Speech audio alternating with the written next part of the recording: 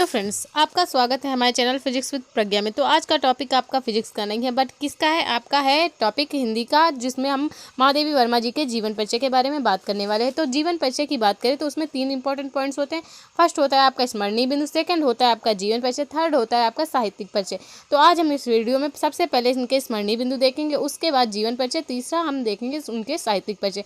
तो बात करें महादेवी वर्मा जी के जन्म के बारे में, तो इनका जो जन्म हुआ था 24 मार्च सन 1907 ईस्वी को। महादेवी वर्मा जी का जन्म 24 मार्च सन 1907 ईस्वी को हुआ था। ठीक है, तो इनकी मृत्यु की बात करें 11 सितंबर सन 1987 ईस्वी को इनकी मृत्यु हुई थी। ठीक है, 11 सितंबर सन 1987 ईस्वी को इनकी मृत्यु, और जन्म स्थान इनका फर्रुखाबाद उत्तर प्रदेश है। ठीक है, पिता का इनके नाम है गोविंद सहाय, इनके पिताजी का नाम गोविंद सहाय है। ठीक है, माता की बात करें तो इनकी माता का नाम हेमरानी देवी है, इनकी माता जी का नाम हेमरानी देवी है। ठीक, तो आगे बात करें इनकी भाषा के बारे में कि इनकी जो रचनाएं हैं वो किस भाषा में की गई हैं। तो बात करें इनकी भाषा के बारे में तो इनकी भाषा ब्रज भाषा रही है। ठीक, तो बात करें काल के बारे में कि इन्होंने कौन से काल में रचनाएं की, तो बात करें तो छायावादी युगीन कवित्री हैं, इन्होंने छायावादी युगीन कविताएं की हैं। सम्मान की बात करें पद्म भूषण, पद्म विभूषण, ज्ञानपीठ पुरस्कार इनको मिले, और रचना की बात करें यम, पद के साथी और मेरा परिवार इनकी प्रमुख रचनाएं हैं।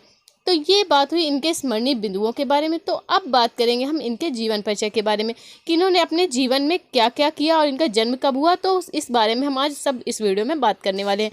तो बात करें इनके जीवन परिचय के बारे में, तो आप देख सकते हैं कि महादेवी वर्मा को आधुनिक मीरा के नाम से जाना जाता है। ठीक, तो आधुनिक मीरा तथा छायावादी युग के स्तंभ के रूप में महादेवी वर्मा जी को क्या है, ख्याति प्राप्त है। आधुनिक मीरा तथा छायावादी युग के स्तंभ के रूप में महादेवी वर्मा जी को ख्याति प्राप्त है, मतलब बहुत ही प्रसिद्धि है इनकी। ठीक, इनका जन्म सन 24 मार्च सन 1907 ईस्वी में फर्रुखाबाद में हुआ था। कहाँ हुआ था? इनका जन्म 24 मार्च सन 1907 ईस्वी को फर्रुखाबाद में हुआ था। इनके पिता श्री गोविंद सहाय जी हैं।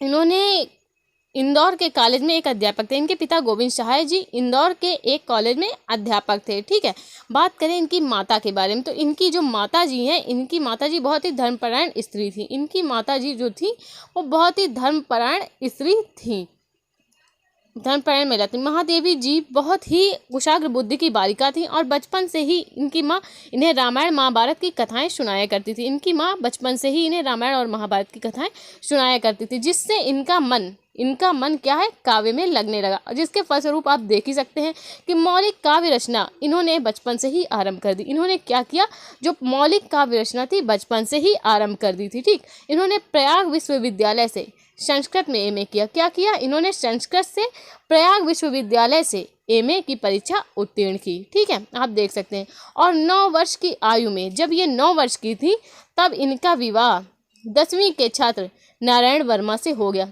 आप जान सकते हैं 9 वर्ष की आयु कितनी छोटी अवस्था होती है, 9 वर्ष की, और 10वीं का छात्र कितना बहुत ही छोटी अवस्था है। तो 9 वर्ष की आयु में इनका विवाह 10वीं के छात्र नारायण वर्मा से कर दिया गया। ठीक, इनको क्या था, इनको विवाह में कोई भी रुचि नहीं थी। महादेवी वर्मा जी को विवाह में कोई भी रुचि नहीं थी। ठीक, तो इनका जो वैवाहिक जीवन था वो अच्छा नहीं था, क्योंकि इनको विवाह में रुचि ही नहीं थी, तो इनका वैवाहिक जीवन अच्छा नहीं था। ठीक, महादेवी वर्मा के कहने पर जब इनको विवाह में रुचि नहीं थी, लेकिन महादेवी वर्मा के कहने पर उन्होंने दूसरा विवाह नहीं किया। किसने?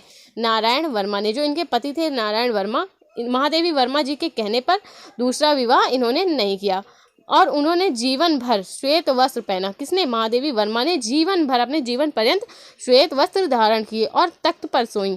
ठीक, तख्त पर सोई, और उन्होंने कभी भी शीशा नहीं देखा। महादेवी वर्मा जीवन पर्यंत अपने पूर्ण जीवन काल में श्वेत वस्त्र धारण किए, तख्त पर सोई, और कभी भी शीशा नहीं देखा। कभी शीशा देखा ही नहीं कि अब मेरा चेहरा कैसा दिखता है। ठीक, तो बात करें इनकी मृत्यु के बारे में, तो सन 1987 ईस्वी 11 सितंबर का वो दिन था, और जो तिथि थी वो थी सन 1987 ईस्वी।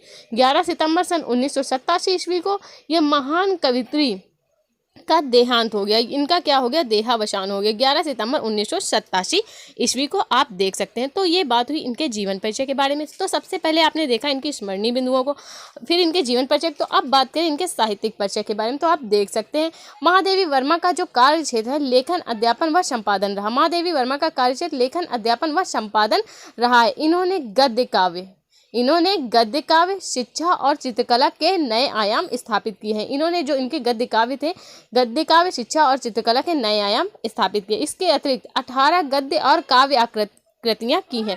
इसके अतिरिक्त इन्होंने 18 गद्य और काव्य कृतियाँ की हैं, जिसमें मेरा परिवार और स्मृति की रेखाएं और पथ के साथी इनकी प्रमुख रचनाएं हैं। आप देख सकते हैं, जिसमें मेरा परिवार, स्मृति की रेखाएं और पथ के साथी इनकी प्रमुख रचनाओं में शामिल हैं। तो ये बात हुई इनके साहित्यिक परिचय के बारे में। तो अगर आपको वीडियो अच्छा लगा तो प्लीज़ वीडियो को लाइक और हमारे चैनल को सब्सक्राइब करें, जिससे हम इसी तरह के इंपॉर्टेंट पॉइंट्स आपके लिए वीडियोस में लाते रहें। Thank you for watching this.